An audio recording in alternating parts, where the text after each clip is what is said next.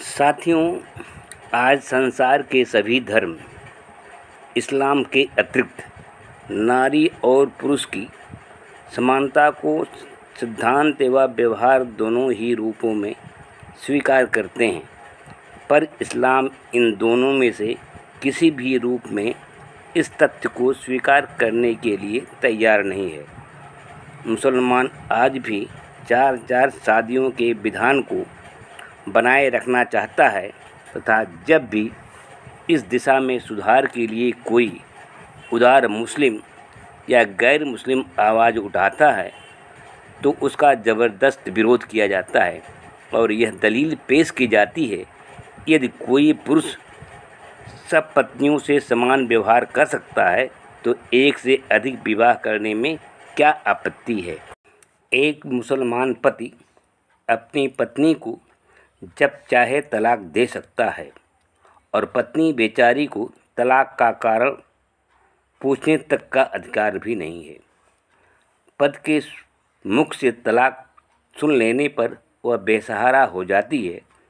इस छूट का लाभ लोग यहाँ तक उठाते हैं कि चार बच्चों की माँ बन जाने पर भी पत्नी को तलाक दे दिया जाता है।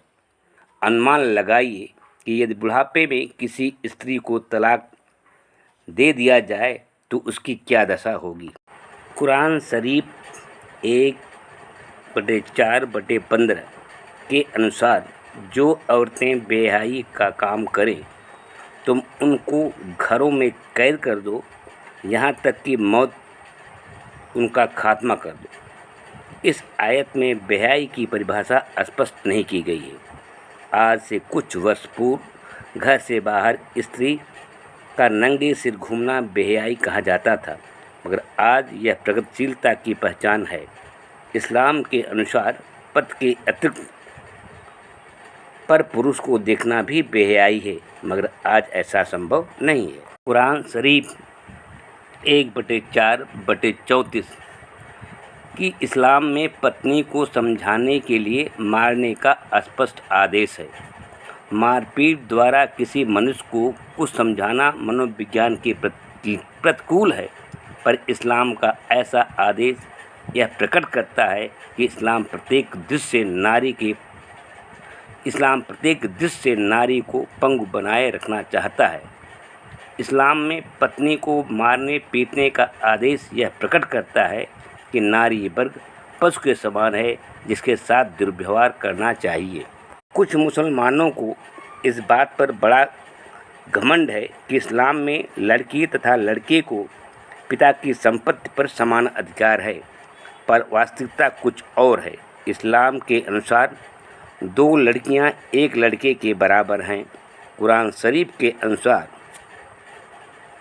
मुस्लिम विवाह कानून में संशोधन की बात करते ही धर्म के ठेकेदार कुरान शरीफ की दुहाई देने लगते हैं कि इन नियमों में परिवर्तन नहीं हो सकता, ऐसा खुदा का आदेश है।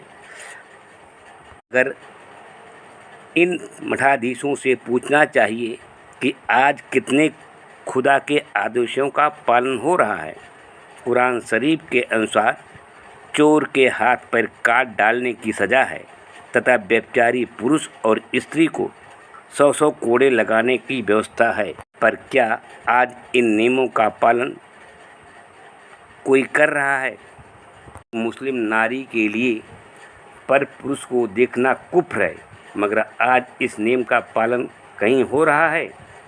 इस्लाम में फ़ोटो खिंचवाना तथा उन्हें घरों में लगाना निषिद्ध है, पर आज इन नियमों का सर्वत्र अवहेलना हो रही है। धर्म के ठेकेदार चुप हैं। यदि इन्हें इस्लाम का इतना ही मोह है तो इन सब नियमों का कड़ाई से पालन करते हुए क्यों नहीं चोर के हाथ काट देते। इस्लाम में सूद लेना मना है, मगर कितने मुसलमान हैं जो ऐसा नहीं करते। इस्लाम शराब के पूर्णतः पाबंदी लगाता है, मगर लाखों मुसलमान शराब पीते हैं।